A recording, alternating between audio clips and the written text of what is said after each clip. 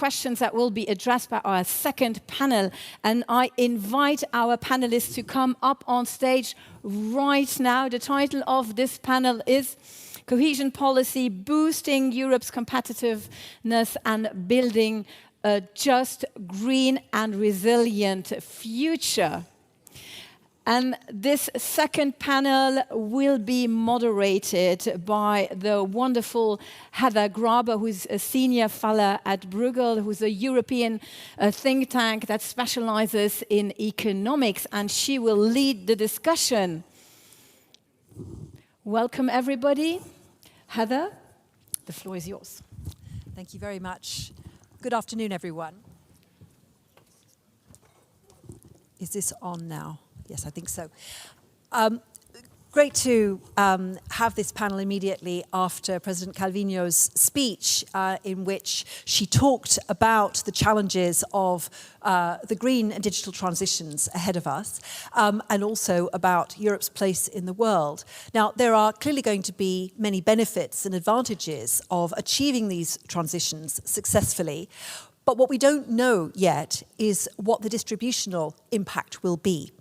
Who will gain these benefits across regions of Europe, across the territory of Europe, and of course across societies.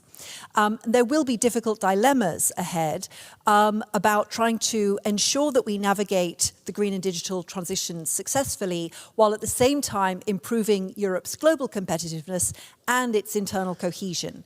These are all of them really vital objectives, policy objectives, but it's not easy to achieve them all at the same time. We can think about potential tensions in the new geography that will emerge in Europe as a result of these transitions.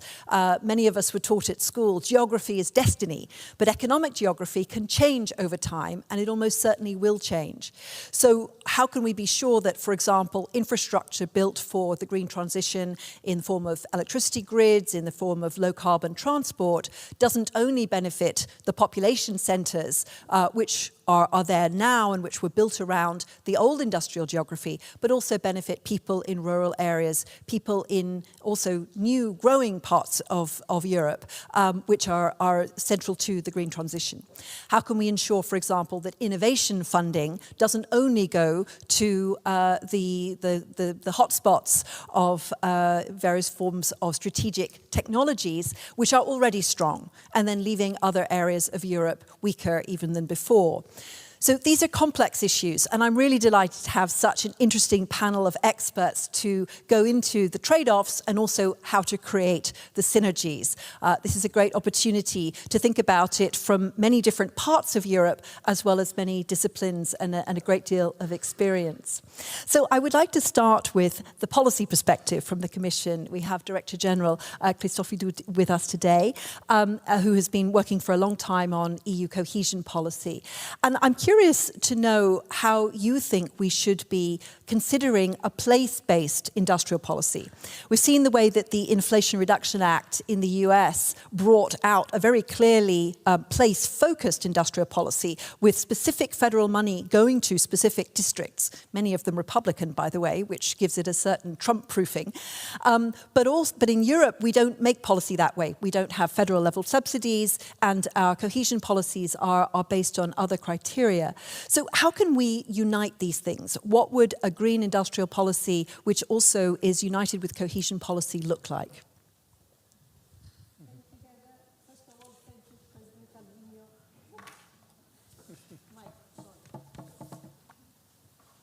I think it's on.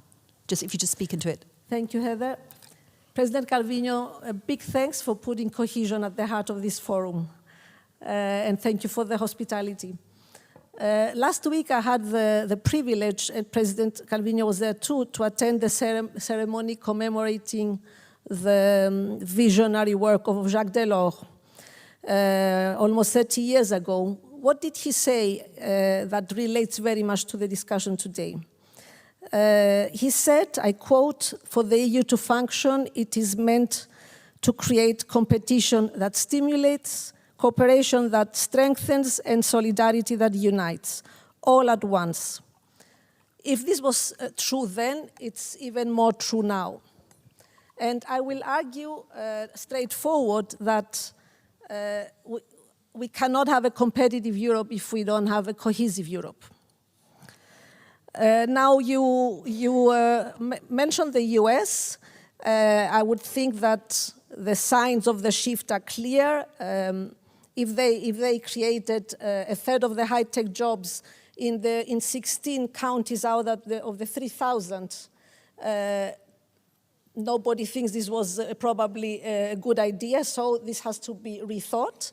In Europe, I believe we see things differently, and it's clear that cohesion policy is about not leaving anyone behind, no person, no place behind. So we have to go and create the opportunities for people to prosper where they are at every spot of Europe, instead of asking them to pack up their homes and move to where the jobs are. We need to create the jobs and the opportunities where people are. And we cannot afford black spots. We cannot afford deserting parts of Europe. Professor Rodriguez Pose will afterwards, I'm sure, talk a lot about the geography of discontent. We have big challenges that we have to deal with. So I would argue that in order to deal with the green transition, the President spoke a lot about the work we're doing also together, the digital, the demographic challenge, the brain drain challenge, the housing issues. We need to work bottom up and be very clear about our methodology, the partnership, to give people the ownership of their destiny and support them with tools to create the opportunities where they feel they want to be. I want us to take a moment to remember enlargement. The previous enlargement, the big enlargement, showed that accompanying it with cohesion policy was very important. Before accession, the enlargement countries were under 50% of the EU average. Today, they're above 80%. This clearly has to do also with how cohesion policy accompanied them. More place-based is even more crucial. We see a lot of untapped potential if we look at just the green transition, if we look at wind, solar energy, and how much untapped potential there is in rural regions. You mentioned rural. In the most remote parts of Europe, there is clearly a potential there to create opportunities. And I believe this is not only about equity and solidarity, which is very important. It's very much because it makes economic sense. It's because it's the smart thing to do on top of being the right thing to do. And I don't think that we can imagine, and we look around at the unrest that we have today in the streets of Brussels and other capitals. We cannot imagine a society where people feel left behind and there is social unrest, and the rest of us will prosper happily. I think it's also a matter of democracy. And European elections are coming, a lot of things are at stake, and I think this issue of democracy is a very important element. We have good news from last night. The co-legislators agreed on STEP, so we have one step forward to helping regions and cities use the funding better for critical infrastructure, for critical industry. We want to do more for the sovereignty and the competitiveness of Europe. Critical technologies are important, so this is a step further. We have the example of JTF that we want to build on. We have our smart specialization strategies, so we have a lot of tools there that we want to work on. We've launched a reflection process. A year ago, Commissioner Elisa Ferreira started a reflection process. One is the high-level group of experts. We have the chair there. There is work done with the Parliament, with the Committee of the Regions, with the Economic and Social Committee, with all the stakeholders, member states, regions, cities, and associations. So we're reflecting how we can stay fit by evolving, by adapting to the challenges that are changing more and more, that to see how we can stay more agile, because we cannot anymore think that we can plan for 5, 7, 10 years ahead. Thank you for now. Thank you very much, Themis. So it's a great overview of how EU cohesion policy is evolving. Now we have a chance to hear about, specifically in one member state, the newest member state of the EU, in fact, Croatia, which joined in 2012 and which started receiving the structural funds 10 years ago in 2014. So Minister Erlich, you have seen the evolution of Croatia's cities, regions, islands, using EU cohesion policy and, of course, striving for greater competitiveness. What do you think is the recipes for success in uniting these two objectives? Well, thank you for your question. First of all, I would also like to thank you for the invitation to the EIB Group Forum. I think it's really great to be here today with such a prominent speakers and also with lots of familiar faces in here. Right now on the EU level, I was yesterday also in a ministerial meeting in Mons where we were discussed about the future of the cohesion. And right now there is taking place, there is a great discussion on the whole Europe about the how cohesion should look like after 2027. And this panel discussion today really comes in the right moment. And I think it's great that you have put it here, because these valuable conclusions that we'll have also here today helps in thinking and rethinking how cohesion policy should look after 2027. Regarding the success of Croatia, I would say in just few words, from all point of view, because I was before on a local level and now on a national level, these 10 years of using European structural investment funds was really a great experience. We entered the European Union in 2013. In a short while, Croatia became example of successful cohesion policy, example of successful integration to the European Union. And it was a great ride, these 10 years, I would say. And it all happens in a very short while. You know, we didn't expect even to happen in such a fast manner. We didn't wait 20 or 30 years to happen. It happened in only 6, 7 or 8 years. Cohesion policy helped to change for better all parts of Croatia. So, as you said, all parts and regions, cities, countries, some of them really changed images because of the investments from the EU funds that happened in these cities, in these regions. Thousands of projects have happened last 7 or 8 years, such as even the Pelješac Bridge, where EIB helped a lot to happen. That is right now the highlight of the whole first financial perspective of Croatia, that managed to connect a southern part of the Croatia in a whole, and it was a great project. But many projects like this one that helped build up Croatia and put it on a higher level, I would say, in only 10 years.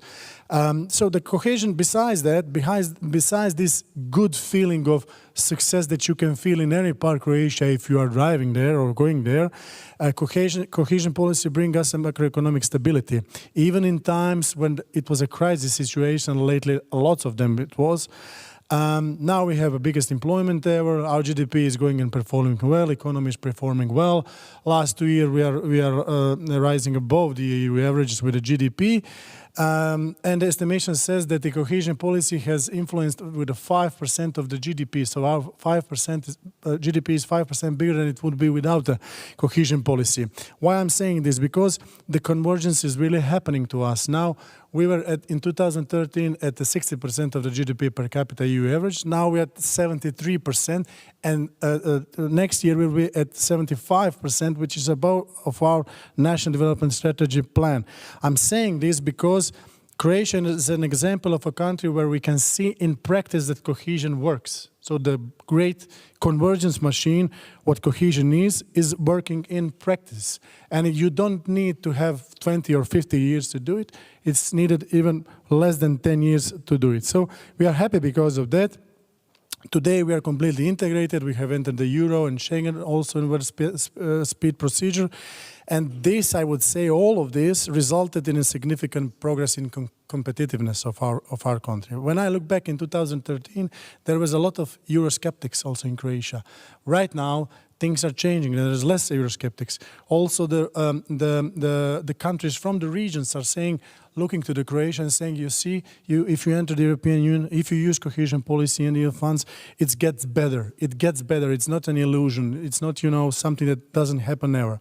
So when you ask me, how did we succeed in such a short while, I'll just streamline a few things. First, the government put real strong emphasis on the usage of the European funds and how to use it wisely with the good priorities. And what is the most important thing, I would say, it was the engagement of the local and regional capacities together with the government and ministers. They were all playing all together. So the greatest strength of the cohesion policy is the cooperation of national level with the local level and regional level. This is the greatest thing of the cohesion policy, because you manage to engage the capacities that you don't have on a national level to work for the same goal. I was working on the projects also before this job, and I know how much happiness implemented projects brings to a local community. It's a question of really, those are so many good stories that was bring by the implementation of these kind of projects. And I would even say that the biggest winners of our first financial perspectives are the local communities, cities, municipalities, also with the SMEs and everybody else, but it brings whole around atmosphere and the environment for the competitiveness. So we have managed to streamline the lines between the local, regional, and national level. This is the first thing to do. And the second thing is, as a result of our first financial perspective, where is very important, and this is where EIB is also very important, was very important, still is for Croatia, was the building of institutions. You can't do it without building of institutions. You cannot succeed. And just a few years ago, we were last at the bottom for the absorption of the EU funds in Europe, and now we are 8th. Someone did that job. So you cannot do such an improvement without the good institutions. And as I said, Jasper's help with the strategic project, they also helped us with the EIB, really helped us in this early stage. We are early stage of cohesion usage country. And it helped us to build, I would even say it helped us to learn how to think.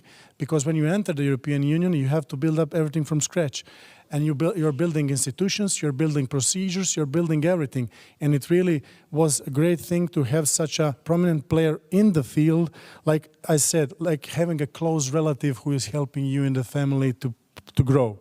So this was, and the last thing that was important, I would say it was a strategic approach that we had. We were rather chaotic national strategic planning system, and we managed to put an order in a chaotic system by new laws and regulations, in which we managed to get one single document, National Development Strategy, aligned with the documents of a lower document scale, national plans, so it made us more clear what are our priorities as a country and how to link it with the cohesion policy funds. It was particularly very important. So building of institutions, development strategies that are in line with the cohesion policy priorities, and of course, strong connection between the regional, local, and national level are the factors of success. Thank you very much. Thank you. So just zeroing in on particularly the climate aspect of cohesion policy and how much this will change things, let's move to city level, because we have here the mayor of Cluj-Napoca. And Mayor Boc also has the experience of being the Prime Minister of Romania shortly after accession to the European Union. So I'm curious to know, how did Cluj use cohesion funding to acquire the label of being an EU climate neutral city, which is also a great kind of target to aim for cities. How is it best to provide support to cities? We now have the mission cities, and I think Cluj is also part of that. So there's a number of city-level initiatives that the EU has taken through various funding programs, cohesion, but also transport and other funds. From your point of view, what's the right kind of support that should be there from EU level and national level? First of all, thank you for inviting the European Committee of the Regions in this excellent event. I'm honored to be part in such a high-level panel, and also honored to talk about Cluj-Napoca and my city in the very heart of Transylvania, Romania. Of course, when you are asking cities and regions what do you need from the European Union in order to achieve the green and digital transition? Of course, first word which is coming to your mind is money. But I would say money is not the first and the only thing we need. Yes, money are important, and I will talk later about that. First, I will say that for cities and regions, the green transition is not anymore a choice. It's an obligation, it's a necessity. As you can stop smoking, but you cannot stop breathing or cannot stop pollution. So we need to do now very concrete actions on our regions and cities, because before we are going to have a planet climate neutral or a continent climate neutral, we have to have climate neutral cities in order to achieve this excellent and, of course, we know important objective of our time. But as the Prime Minister of Luxembourg said in the morning, when you have a very important strategic objective, very important strategic goal, like green transition, you may kill such an objective in many ways. One of them is, of course, bureaucracy. As the Prime Minister said, bureaucracy after bureaucracy after bureaucracy, in the end, nobody knows what to do it, because it's too crowded and will give up. As sometimes, for filling a European project, you need a PhD. So you need further simplification for that, definitely. It was done a lot, but we still needed to do it. The second element, of course, lack of money. Antoine de Saint-Exupéry said once, a goal without a plan is just a wish, but also a plan without money, it's also a wish. So we need money and investments for that. The second element, it's lack of collaboration between different stakeholders. And I'm so glad that European Investment Bank did such an event in order to listen to each other and to collaborate, because the power of collaboration, the power of ecosystem is fabulous. It's create a competitive advantage and adding value and put the synergy of funds to work together. Because first, it's important, put our funds working together instead of asking new money all the time. Put the funds working together. And the fourth element is lack of communication. If we do not communicate our results, if we do not involve all the stakeholders in the society and the process, it cannot be successful. That we try to do in our city. Bring all the people on board, talk with all the stakeholders, explain what the benefits for the city is to have a climate neutral city in terms of the interest of every citizen. Because if I'm talking in abstract about climate neutral, people say, I don't pay attention. But I'm telling them, look, this year, 10 times more people died in hospitals due to the heating process in the summer. They say, okay, it's a problem. Let's do something to avoid that, to avoid the pollution. So communication is important. And here, what President Calvino said, and also the speakers in the morning, we are in front of the European elections. And coming back now to the green transition, we have to pay attention to the regions. Not all the regions are the same equipped with the green transition. We have to be careful to adapt our policy to the concrete needs of each region. Why? If we lose the territorial component of the green transition, we are going to extend the feeling against Europe.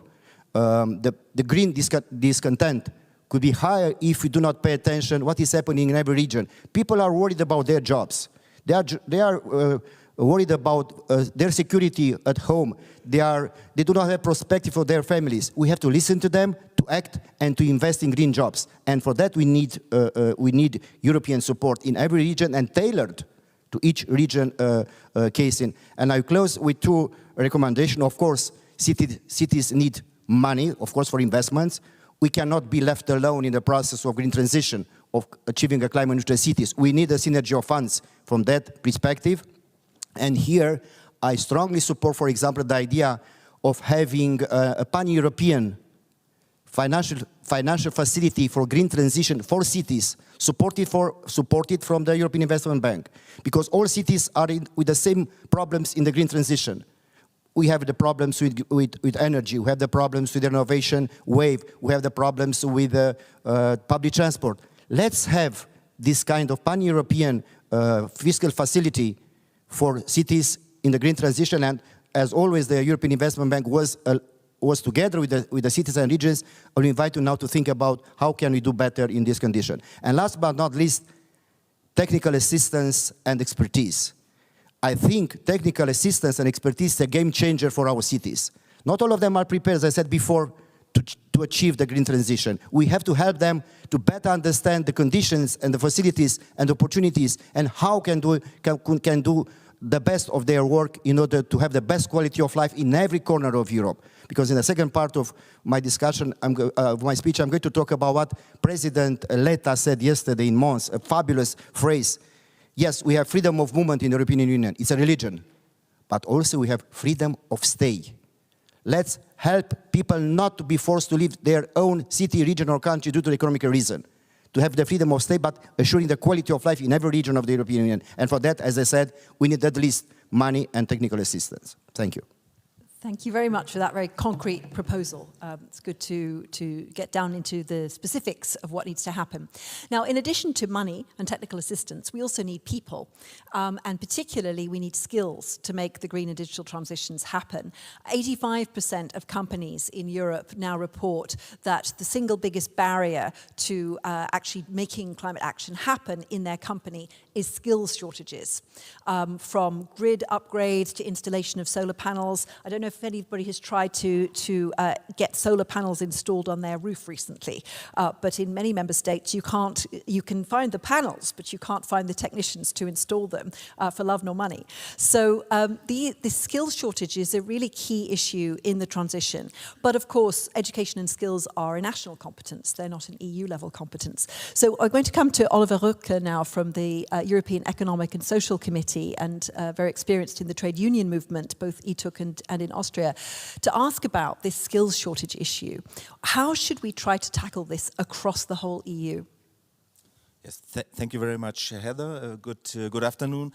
I cannot start without saying really thank you and without congratulating also Nadia Calviño to introduce this topic in this panel, in this debate. I think most of us met yesterday at the informal Minister Council of Cohesion Policy, and I think we all agreed how important is cohesion policy as a factor to enable competitiveness for the future. So I think it fits very well, and really thank you for this, as well as for involving the ESC. I think we as the EU institution bringing together business, labor and civil society, I think we have something to add and something to contribute, and I really would like to thank Nadia Calviño because she involved us already very early and strongly during the Spanish presidency, which made sure that civil society could contribute early to a lot of initiatives of the Spanish presidency, and including skills, because this of course is a key issue also for us. But let me start also to say some words about the essential function of cohesion, because I think in these turbulent times we need really a strong and long-lasting cohesion policy. And we are discussing already strategies for the time after 2027, which is right. But I think we have also to discuss about measures and to change some of the measures already now, because we are facing a lot of problems, a lot of challenges, and skills is one of them. And if we want to manage the transformation of our society and economy, the green and digital transition, then we need a strong cohesion policy that supports this. And I fully agree what President Bock said about the regions. No region can be left behind, but also no person can be left behind. I think both we have to make sure both, and cohesion policy plays here an important role, and to leave no one behind and no region behind is for me still the guiding principle in the cohesion policy. So if we say cohesion policy should ensure that the twin transition are just for all people and balanced for all regions, then I'm convinced that investing in skills is one of the crucial factors, and also obstacles to the green and digital transformation. You mentioned that the vast majority of companies report that for them the skills shortage is one of the main barriers to invest in the green transition in their companies. And according to the Commission, 74% of SMEs also are facing labor shortages. So of course, industries need to increase their attractiveness for young workers, but we think that this risk, or let's say this shortage of labor and shortage of skilled labor, is really one of the big risks for European competitiveness and also for Europe's strategic autonomy. So we have to tackle this now, also in the long-term perspective for after 2027, but also now. And to address these issues, we in the committee, we are convinced that we have to accelerate all our efforts.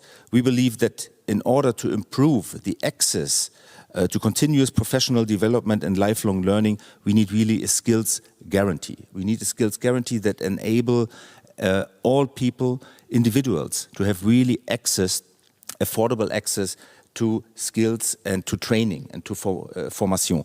I think this is essential. We have the European Years of Skills, which is good to raise awareness, but actually we need a decade of skills. So it cannot stop in this spring. We have to continue with this. We have a lot of initiatives also in our committee, and one is not to speak only about those who need skills, but to bring them together as best practices. We will have in 2 weeks one of the, I think, biggest events where around 500 young people come together to Brussels and report about best practices about how to skill them, how to reskill them, upskill them, how to foster programs, or let's say best practices like the dual systems, educational systems in some countries. Many of those young people who are coming to Brussels were also winners of the Euroskills. So I think they can show that even the education, vocational training for young people has dramatically changed in last years. We are not only speaking about jobs in manufacturing professions, we speak also about skilled jobs which can contribute and which have to contribute to manage the green transition. So we think really we need this skills revolution. However, the question is whether, because we all agree on this, but the question is whether there has been sufficient investment in education and training in Europe. And I think the reply is no. For the time being, we don't have enough investments here in skills. And we have therefore called for more social investments on the national and European level, for example, through cohesion policy. I think cohesion policy should play an essential role here. Europe's citizens are the most important asset, and we must ensure that investment in people is prioritized over budget cuts and austerity measures. We are talking about the elections. I think we have to make sure that frustration must be tackled, because otherwise we risk that the rise of populism will even continue.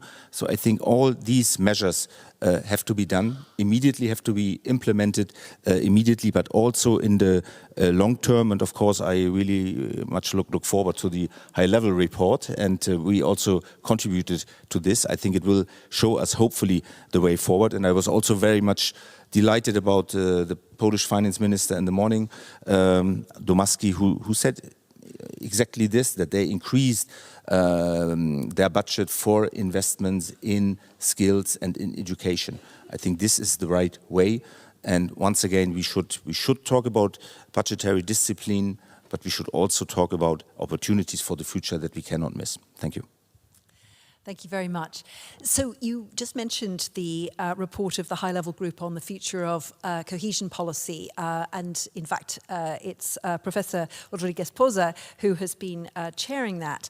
He's also an academic at the London School of Economics, where he's done a lot of work on this question of the trade-offs between international competitiveness and territorial disparities and addressing them. And particularly, he's done a lot of work on how that translates into political preferences of following the geography of discontent. So I'm very interested in your view on how to reconcile or how to bring together these different objectives, and whether you think that the report can set out a new trajectory for the EU in thinking about this. What kind of revolutionary ideas will you be putting forward? Okay, thank you very much, Heather, and thank you very much to the EIB for organizing this forum, bringing so many people together, talking about competitiveness in a polarized world. We like to think about topics as dilemmas, as trade-offs. You said, should the European Union and the world focus on competitiveness, or should we focus on cohesion? And I think the best answer to that question came already from President Nadia Calviño in her first intervention this morning. It's a false dilemma. She didn't say that, I'm saying this. But more than a false dilemma, there are two sides of the same coin. You cannot have competitiveness without cohesion, but you cannot have cohesion without competitiveness. There's a problem in Europe of lack of competitiveness. Europe has been losing ground in the world in terms of its economic capacity and is diminishing its economic but also its social and political standing. We like to consider ourselves as leaders. But I happen to travel quite a lot to other parts of the world. Much of my research has been on Africa, has been on Asia, Latin America, and we are, over the years, being considered as smaller players, as big players, so we need more competitiveness.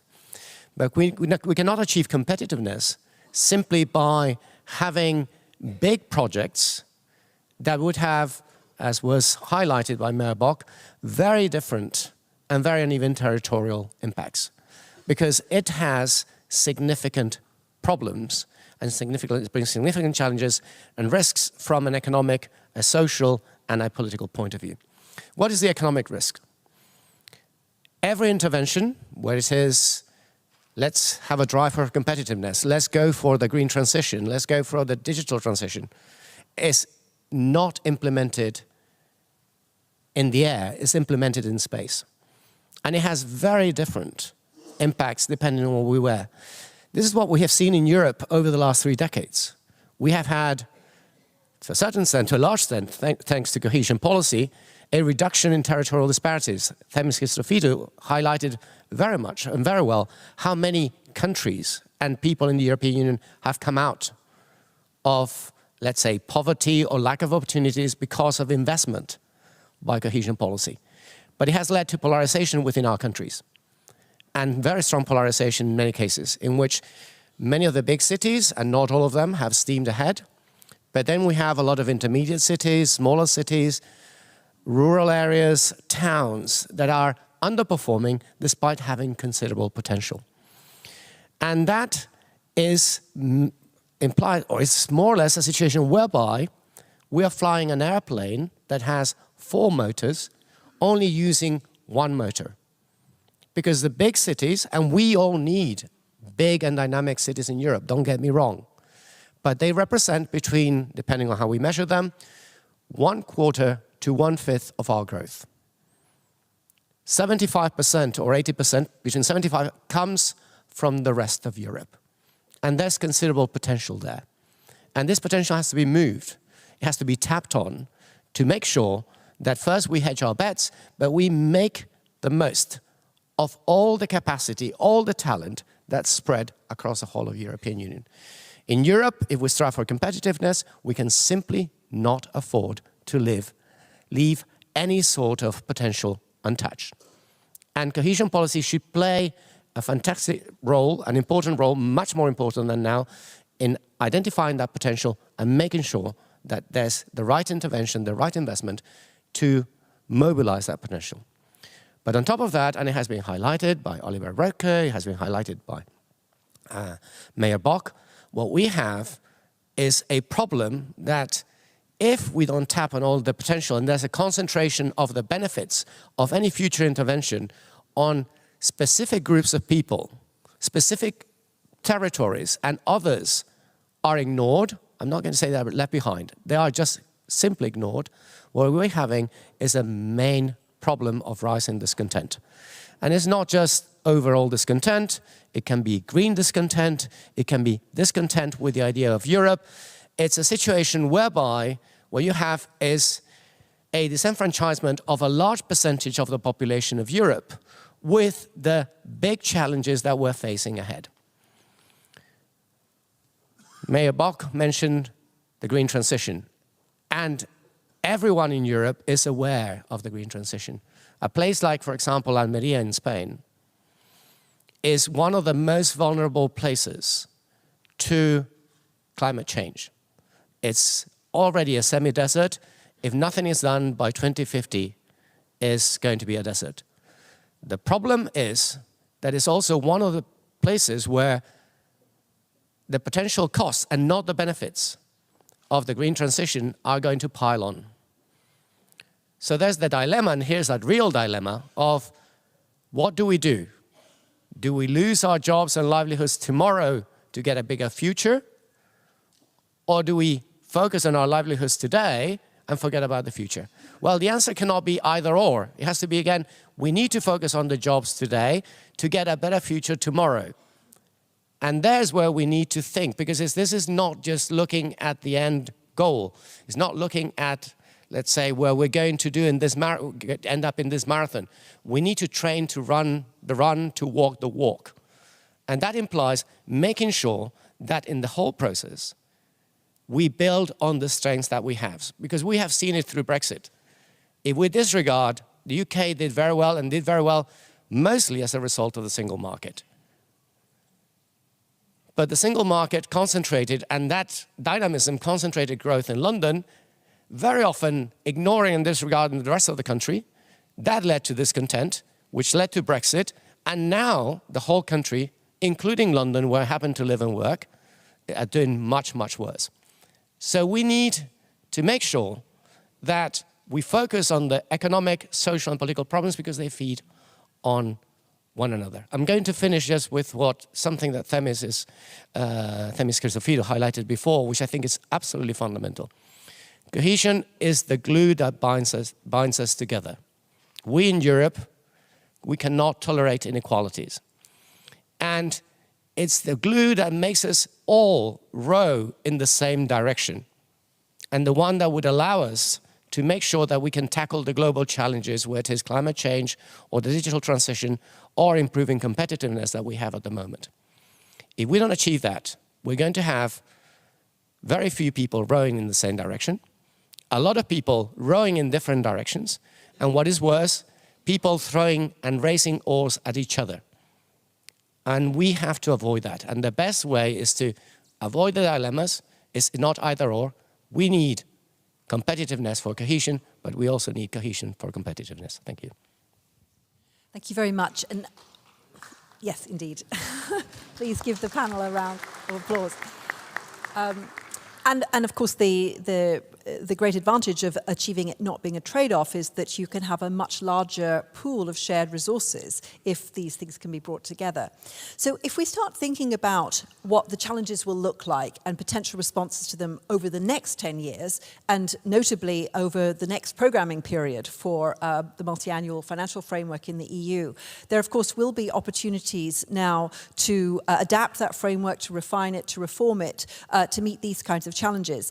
One of the things we haven't, which you, Professor Rodriguez-Poza, just raised that's really important is that, of course, the climate transition is not just one that we choose voluntarily. It is one that is forced upon us also because of the impact of climate change on European cities, regions, on all parts of Europe. And you mentioned desertification in regions of Spain, for example. We also see very difficult to control flooding in other parts of Europe. Water management is going to be very difficult. Extreme weather events will become more common, storms. We're going to face the need for much greater resilience in many parts of Europe and in many different ways. I mean, some regions are already starting to experience alternating drought and then flood.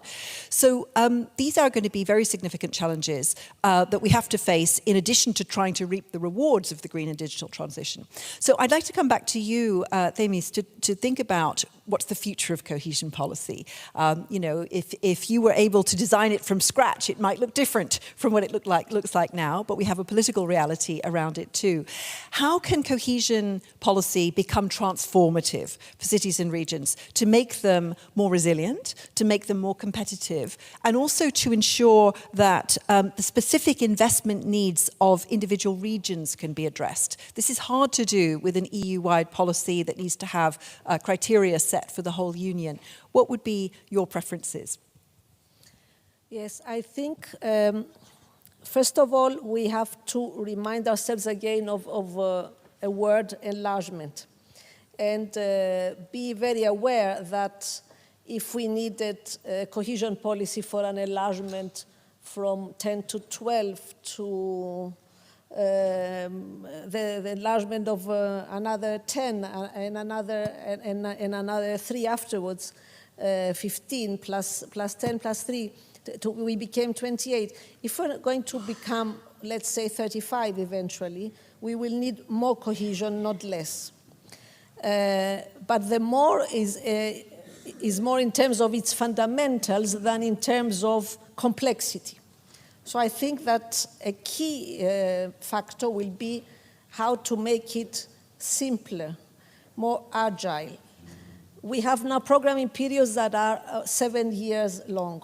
Look at the crisis we have faced the last 3-4 years only, not to look at the decade back and the whole financial crisis. The 3-4 years, we lined up several major crises, and we had to reprogram, rethink, reprogram many, many times. So we need to start by saying we need to have more performant tools, meaning simpler. So I would argue less financial tools. I would argue more common rule books. I would say more flexible and more rules that are a bit less micro but fix some objectives connected with the reforms required, so that we can say this is where Europe needs to go. These are the challenges of Europe. This is what needs to be achieved, but a lot less prescriptive in the how, because that's where the regions and the cities and the rural areas need to be allowed to design their own programs according to their needs, always having as compass, as boussole, the overall objective. So we need to be simpler in our rules. In this, I also very much want us to have a real discussion in the coming months. What is simplification? Because I don't know if all of us mean the same. I think it's a very important element of the discussion. What is simpler? Because to tell you the truth, I've been in this job now for a while, and I was in regional policy before. Every day I hear that people want simpler rules, and every day I hear that somebody is asking for another rule book and another guidance book. So we have to agree what do we mean by simplification or not. Then, very important to even strengthen further our partnership structure. It's our DNA, the multi-level governance, the partnership principle, it's our DNA. This is to be strengthened, not to be weakened and to be put aside. I sometimes say it's in a simplistic way that democracy takes longer and is more expensive, but clearly it's a lot preferable than faster and undemocratic and cheaper, let's say in inverted commas, because the cost comes later and is a lot heavier. Technical assistance in institutional capacity. More than half of our funding is implemented at regional level. So technical assistance, institutional capacity is essential for regions, for cities, for smaller towns, but don't be sure that member states also at central level don't need more technical assistance and administrative capacity. To reverse a bit back when I said simplification, by no means discount on the fundamental values of Europe, rule of law, no corruption, etc. So I'm not cutting corners there. That remains key.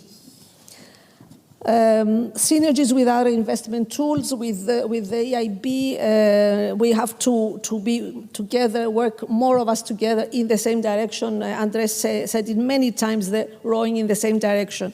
Because, yes, I think Emil Bock said it, you can solve a problem with money, but money is not enough. It's not the only thing you need. Flexibility, we have long programming periods, we have to build more flexibility, see how we plan in a more agile way. I think this would be the key for me for the future. Thank you. Thank you very much. So Croatia has some experience of exactly what Director General Christofidou was just talking about, this question of delivering the funds directly at regional level. Croatia has a very decentralized decision-making on territorial investments. So how has Croatia used that, Minister Erlich, to respond to the diverse needs of different territories? Is it something that you think other countries could learn from? Yes, we learn from others also, so I believe there are some who can learn also from us. That's a great thing. I mean, Croatia is a small country, as you said, and very diversified. In a few hours of driving by car, you change few climates. So from the coastal area in the Adriatic, where is Mediterranean climate, you come to the mountains, and then you go for the continental climate, and rather low density population, and this all together makes it very challenging to make supporting and growing strategies for these areas. But what we have decided after this first 10 years within the European Union and the first financial perspective and usage of EU funds in Croatia, we have decided to put a strong emphasis on the territorial investment tools.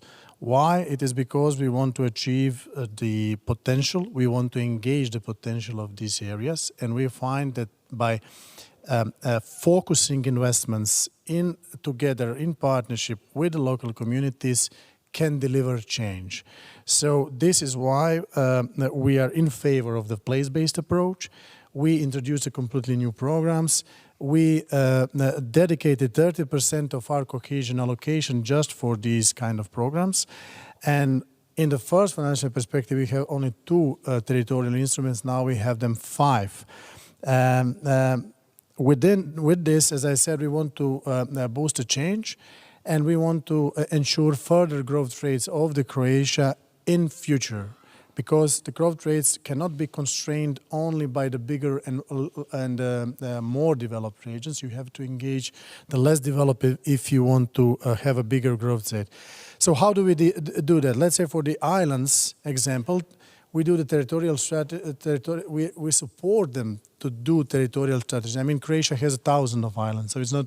You can imagine it's not easy to make strategies locally level, but we managed to group them of the county level to make the island councils, which brings territorial strategies, and then the people from the island have the opportunity to decide which type of actions do they need on their islands to produce growth, but to protect fragile ecosystem and you need to have sustainable development. The same goes with the hilly and disadvantaged areas, but we are tackling them with the basic infrastructure support for the education and affordable housing. So we cannot have the same type of investment and support in more developed regions and urban areas such as in these kind of regions. So this is very important. And then we have the urban areas, also with the territorial tools based on the diversified 22 cities, 22 settlements of the urban areas.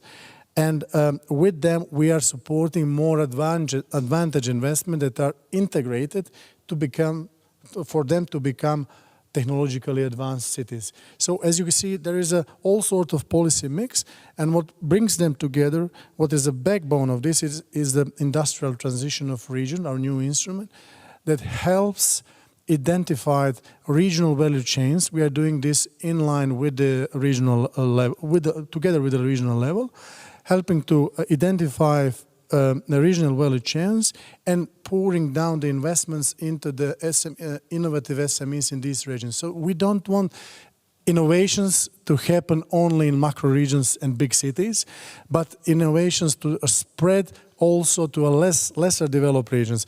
So it is very important. And what are we expecting for all of this is that these investments that produce change, that they produce activity, that they engage capacities of this region. And as Mr. Post says, by engaging the potential of these areas, we will have a higher growth. So potential for the growth and more sustainable development is hidden in this area, and we want to boost it. Thank you. Thanks very much. So when we think about this issue of resilience, and particularly for particular cities and for different territories with their different needs, I wonder, Mayor Bock, if you could give us your view on how to target it. You've been the rapporteur of the Committee of the Regions' opinion on the future of cohesion policy, and you, on that committee, you put forward a proposal specifically on how to boost the resilience of regions. You told us earlier it's about money and it's about technical skills. What would you like to see across the EU on this? First of all, I would like that I'm so much agree with what Madame Christophidou, Professor Rodriguez, and my colleagues said about the fact that the cohesion policy is the glue which is keeping our Europe together. And also, what Professor Rodriguez emphasized about the two coins, the two faces of the same coin, about cohesion policy, single market and competitiveness. We cannot have one without the other one. And if cohesion policy is the best convergence machine in the world, as Minister Schellek said before, I think now for the European elections, we need to go and to talk and to speak to the people about our Europe, about our success. Of course, we have problems, but Europe is our solution, not the cause of our problems. With the politician, we do have sometimes a problem because we do not talk enough about the involvement of European money in our region and cities. I know that in some capital of Europe, nobody knew it, that the metro system was constructed with European money. Also, I heard that in Great Britain, in Wales, where there were a lot of money invested in research centers, universities in Wales, nobody knew it, and it was the highest rate of Brexit. So what I'm saying, we have to be honest with Europe to tell this metro, this investment is with European money. Europe is here in every corner of our Europe. Because we used to say, everything which is good comes from the mayor, from the president of the regions, from the ministers. Everything which is bad comes from Brussels. That's not fair with Europe. And exactly the case with European Investment Bank. We have in our city an investment of almost €1 billion in a regional hospital. It's going to make a huge difference in terms of quality of life and health. The people should know that Europe is there, is present and helping us in the healthcare system, for example. So my message is, first, we are in time of war, of course. The war is outside of our border. But in times of war, in terms of how can we have our future in a democratic way, we cannot take our Europe for granted as it is right now. The month of June is so important for our future, and no one can stay aside. Because the friends of authoritarianism, they do not stay peacefully. They try to destroy our values, to destroy our Europe, to destroy our European way of life, using our democracy background. So we have so many positive and great stories to tell about investments, about success of cohesion policy, single market. So my first message is that let's get involved, because until it is not too late. And definitely it's not too late, because we have on our side the results. The second element I wish to emphasize is about the future of cohesion policy. Our vision is that we should have a cohesion policy for all regions of the European Union. Every region should be eligible for European cohesion funds due to the fact there are different needs, different interests, different situations. Look, for example, what the green transition in the automotive sector is going to happen. By after 2035, we are not going to sell any other combustion engine cars on Europe. So we need to change the infrastructure from Belgium and Germany to Romania and Croatia. So we need investment in every corner. But in the industry, you need such a great support, because one job lost in the automotive industry means 13 jobs lost on the chain. So you need investments also in Bavaria, but also need investments in Romania on the chain, for example, in terms of automotive industry. So let's keep this advantage of our cohesion policy. The second element is about respecting and keeping the 4 golden rules from the European Committee of the Region perspective, which means shared management, place-based approach, which is so important to have more granular approach to each region and cities. Not one policy fits all. That's over. You cannot have one policy available all over Europe. You have to tackle every region with specific condition, with specific tool, and that I said to be more granular approach. Partnership principles and multi-level governance. I know there is a debate in different institutions about IRF, European Resilient Facility, which is important. It's a strong instrument, so welcome, but it's an emergency instrument. His role is to solve the problems of Europe in terms of emergency. The cohesion policy, it's a long-term investment of our union, a transformative process over the years. So we have to keep our cohesion policy as a long-term investment and do not change the governance of the cohesion policy with the IRF, which of course is simpler, top-down, but not efficient on the ground. Let's keep it both, but with different component. And the last element which I want to emphasize is to avoid the fragmentation of cohesion policy. Of course, you have emergencies in Europe, and we need money quicker. And cohesion policy proved to be quicker, flexible to deal with the war crisis, with the COVID problems. But on long term, let's have a special fund for emergencies and do not take money from cohesion because you affect the long-term transformative process of our Europe. Let's keep that principle of long-term investment and also have an emergency instrument able to be flexible and to respond in real times. So from that perspective, I do believe that together, because you talk so much about the power of togetherness today here, I heard so many times in each speech together, so I think the power of togetherness is in the way the key of our success in this conference and also in the next elections in Europe. Thanks. Thank you very much for being so specific and granular. Indeed. And also reminding us how critical is the politics, all of this. And in terms of these transitions, the social dimension is one which leads directly to the political side. It's also one of the most difficult to address. So I wonder if we could come to your perspective, President Rübke, from the Economic and Social Committee, in thinking about how to manage social cohesion. You know, if the transition is not seen as just, it's not going to happen. There will be a constant green lash. Similarly, with the idea, people are less worried maybe now about robots taking their jobs, but they are still very worried about their jobs in general. So how to address this social dimension? Are there some specific ideas that you might be able to give us, particularly looking forward over the next 10 years and for the next programming period? First of all, I would like to stress that the question if social cohesion can play a key role to manage the transition, I think what we have heard here is the only reply is yes, the only answer is yes. So it is clear that all the challenges that you have mentioned now should be tackled also by cohesion policy. So cohesion policy for us is a key instrument. It's a key instrument to make the transition just and to ensure also social cohesion and social convergence. I would say yesterday we had a very good signal that next to Commissioner Ferreira was also Commissioner Schmidt, responsible for Social Europe, for employment. I think it was a very strong signal for the future that cohesion policy must also serve the goals of the European Pillar of Social Rights. I think this is for us, a clear compass where Europe wants to go. I think there's a clear commitment of all member states, of social partners to achieve these goals. We have already achieved a lot, but there are still many things to do.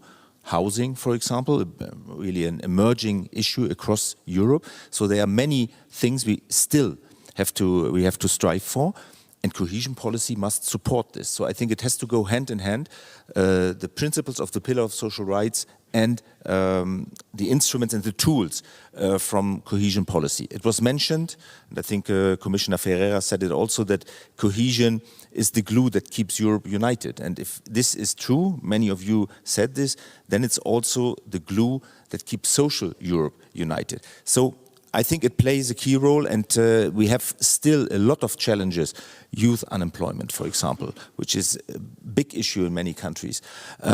Skills, we mentioned it already, but also social exclusion and poverty, which is still a problem, even one of the biggest problems according to the latest surveys of the European Parliament ahead of the elections. So here cohesion policy must play a key role.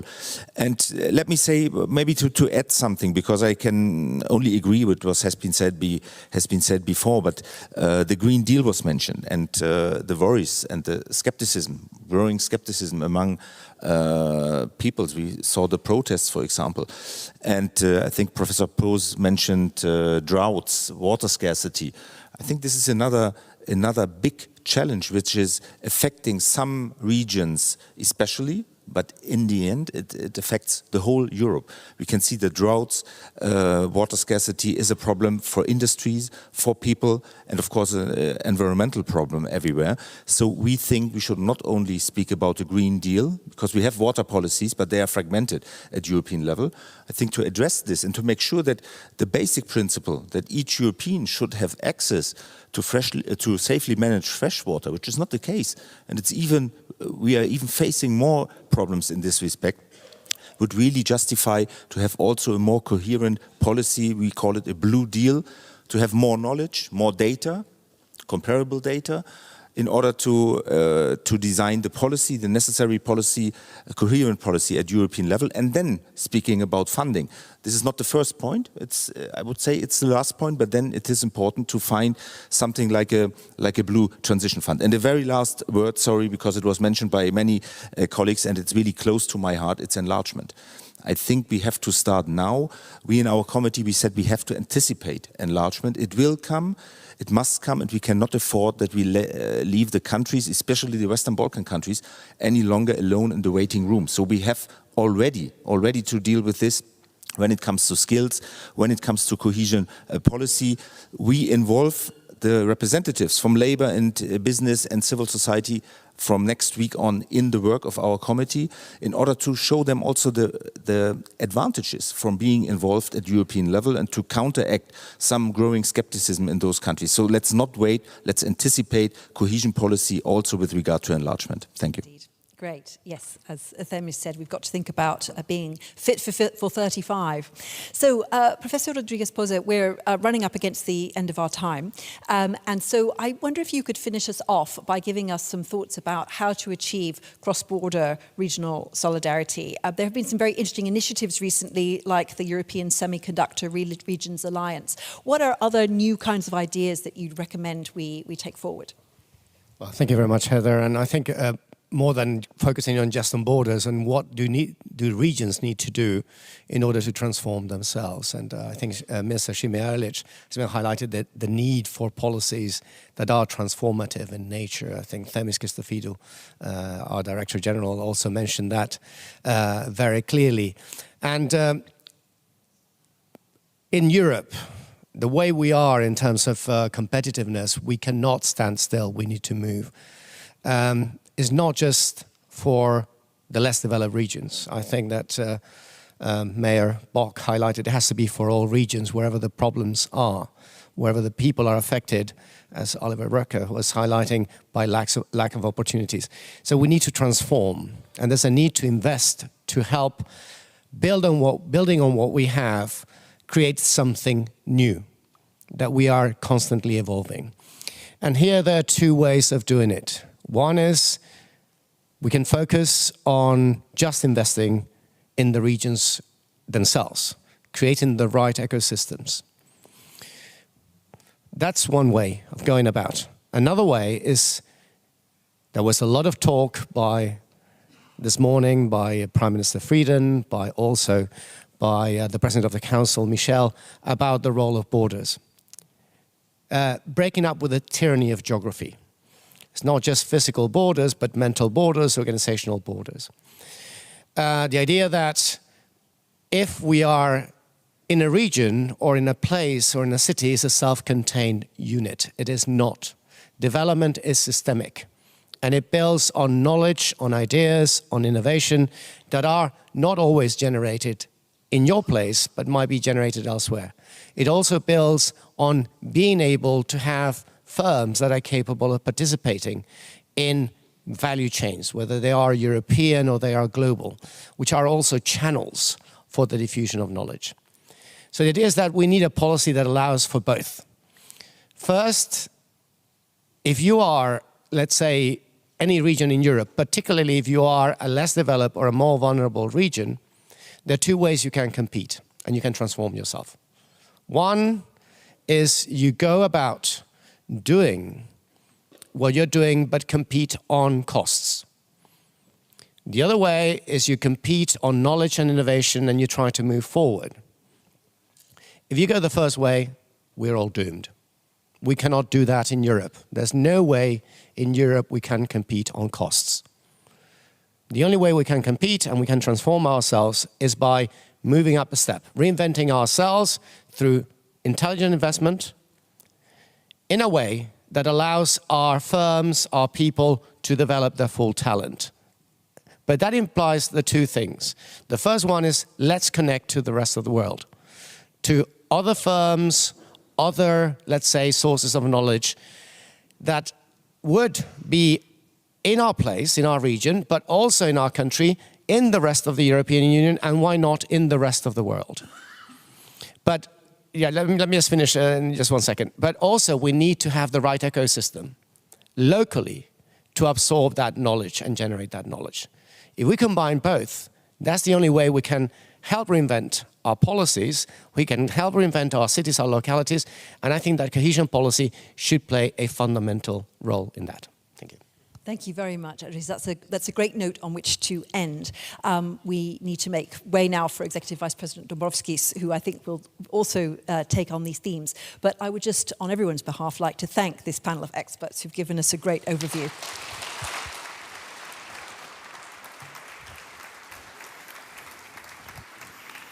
Yeah, thank you very much, Heather. A big thank you to our panelists for this very inspirational exchange on cohesion policy. And as Heather mentioned it already, please help me